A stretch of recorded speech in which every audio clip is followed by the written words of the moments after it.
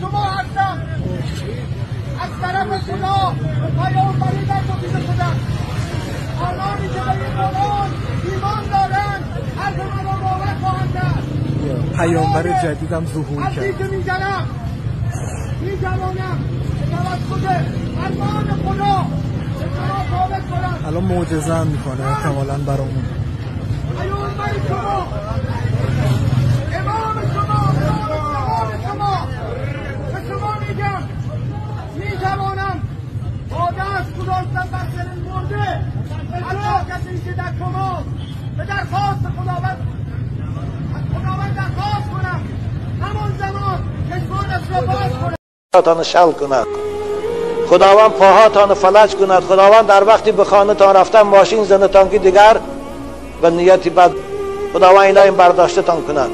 دعا کنه پروردگار کسانی که هر کی که نباشد، خدایا تو خود شنوا هستی، خدایا تو خود بینا و دانا هستی، کدام از این بندگانی تو به قصدی بد به این خانه تو میبیان، رساندنی به اسلام میبیان، پروردگار تو صاحب بطش هستی، صاحب انتقام هستی، صاحب تمام قوت هستی، خدایا وی هلاک کن، خدایا خاندانش خار کن، خدایا در راه ور مبتلای به صدمه اتومبیلی کن که آیستگی لعین هرچی شوخی دارد احکام دین شوخی ندارد.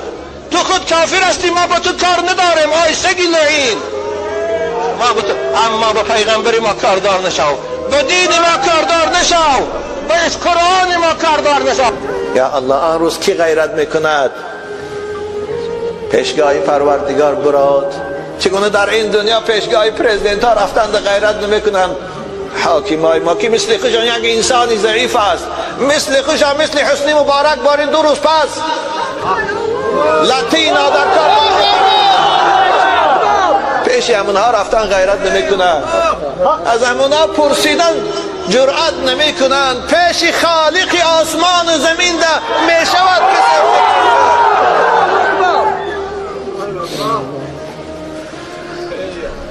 پیش آدم میرن، فیاتون آدم فیقولون یا آدم انت ابو البشر. پیش آدم میرن، آدم هم در اونجا هست. ای آدم شما بابای ما بوده، شما پدری همه ما بوده، پدر برای فرزندش مهربان و غمخوار است. تو انسان بودی، خداوند تو را به دست قدرتش آفرید، در تو جان دمانید، به خاطر حرمتی که داشتی ملائکه هاش امری به سجده کردن تو کرد، ملائکه ها تو را سجده کردند، تو را تعظیم کردند. الان ما محتاجیم. ای آدم، ای پدر بزرگوار، بیا پیشگاه خدا را ما را شفاعت کن، از این سختی خلاص کن. اشفع لنا عند ربک. یا الله. ببینی آدم چی میگوید؟ حضرت آدم علیه السلام چی میگوید؟ ان ربی غضب اليوم غضبا لم یغضب قبله مثله ولن یغضب بعده مثله. امروز من نمیتونم شما را یاردم کنم فرزندان عزیزم، زیرا امروز خداوند به صفت قهاری و جباریش تجلی کرده است. امروز او غضب دارد که هرگز با این غضب تجلی نکرده بود و من بعدم نمی کند. من غیرتی به او رو پرو شدن ندارم. وای به حال انسان آن روز وقتی که آدم شفیع الله نمیتواند شفاعت کند.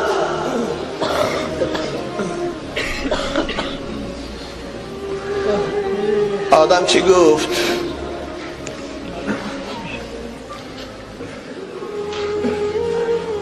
من نمیتوانم شما را شفاعت کنم، من نمیتوانم واسطه شوم، زیرا انه نهانی عن شجره فعصیته نفسی نفسی. او من سپارش داده بود که به این درخت در بهشت نزدیک نشو، اما من خم کنترل کرده نتانستم و به این درخت منهی نزدیک شدم. خم در پیشگاه پروردگارم خجالت و شرمنده کردم. من چگونه با این خجالت و شرمندگی به او روبرو شوم؟ اذهبوا الى غیری، روید پیش نوح، روید پیش ابراهیم، روید فیاتون الى نوح، نزد حضرت نوح میرن. فیقولون یا نوح انت اول الرسل الى الخلق وسماك ربك عبدا شكورا اشفع لنا عند ربك الا ترى الى ما نحن فيه الا ترى الى ما قد بلغنا. پیش حضرت نوح میرن، نام نوح کی میشنوان، گریان گریان ای نوح پیغمبر خدا، تو اولین پیغمبرها هستی در روی زمین بعد آدم. خداوند تو را دوست می داشت، تو را عبدن شکور گفته صفت کرد. آخر ببین ما چی حالی سخت داریم، ببین ما چی عذاب ده گرفتاریم. آخر ما را خلاص کن، پیشگاه پروردگار رو ما را شفاعت کن. یا الله، نوح چی میگه؟ فیقول نوح یا الله. نوح پیغمبر مرسل چی میگوید؟ ان ربی غضب اليوم غضبا لم يغضب قبله مثله ولن يغضب بعده مثله انه كانت لي دعوة فدعوتها على قومي نفسی نفسی. یا الله، حضرت نوح میگوید عزیزان من نمیتونم پیشگاه پروردگار خود روم، من خود خجالت و شرمنده هم. زیرا که خداوند برای هر پیغمبر یک دعای اجابت میشدگی داده بود و من این دعای اجابت میشدگی را برای قوم خود، امت خود کردم و امت ما هلاک ساختم با طوفان و من خجالتم چگونه پیشگاه پروردگار روم. من خود میترسم که آیا جان خودم در عذاب نباشد، آیا جان خودم فقط مستحق دوزخ نشود. من میترسم.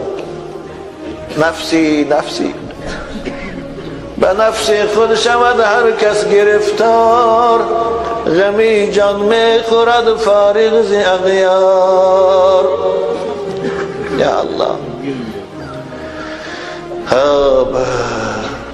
ائتوا الى ابراهیم. هرگز با این غضب تجلی نکرده بود و من بعدم نمی کند. من غیرتی به او روبرو شدن ندارم. وای به حال انسان آن روز وقتی که آدم صفی الله نمیتواند شفاعت کند.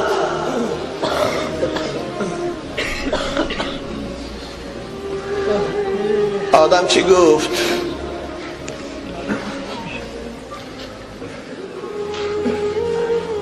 من نمیتوانم شما را شفاعت کنم، من نمیتوانم واسطه شوم. زیرا انه نهانی عن شجره فعصیته نفسی نفسی. او من سپارش داده بود که به این درخت در بهشت نزدیک نشم، اما من خم کنترل کرده نتانستم و به این درخت منهی نزدیک شدم. خم در پیشگاه پروردگارم خجالت و شرمنده کردم. من چگونه با این خجالت و شرمندگی به او روبرو شوم؟ اذهبوا الى غیری، روید پیش نوح، روید پیش ابراهیم، روید فیاتون الى نوح، نزد حضرت نوح میرن. فيقولون يا نوح أنت أول الرسل إلى الخلق وسماك ربك عبدا شكورا اشفع لنا عند ربك ألا ترى إلى ما نحن فيه ألا ترى إلى ما قد بلغنا. پیش حضرت نوح میرن، نام نوح که میشنوند گریان ای نوح پیغمبر خدا، تو اولین پیغمبرها هستی در روی زمین بعد آدم. خداوند تو را دوست می داشت، تو را عبدا شکور گفته صفت کرد. آخر ببین ما چی حالی سخت داریم، ببین ما چی عذاب ده گرفتاریم. آخر ما را خلاص کن، پیشگاه پروردگار رو ما را شفاعت کن. یا الله. نوح چی میگه؟ فیقول نوح یا الله. نوح پیغمبر مرسل چی میگوید؟ ان ربی غضب اليوم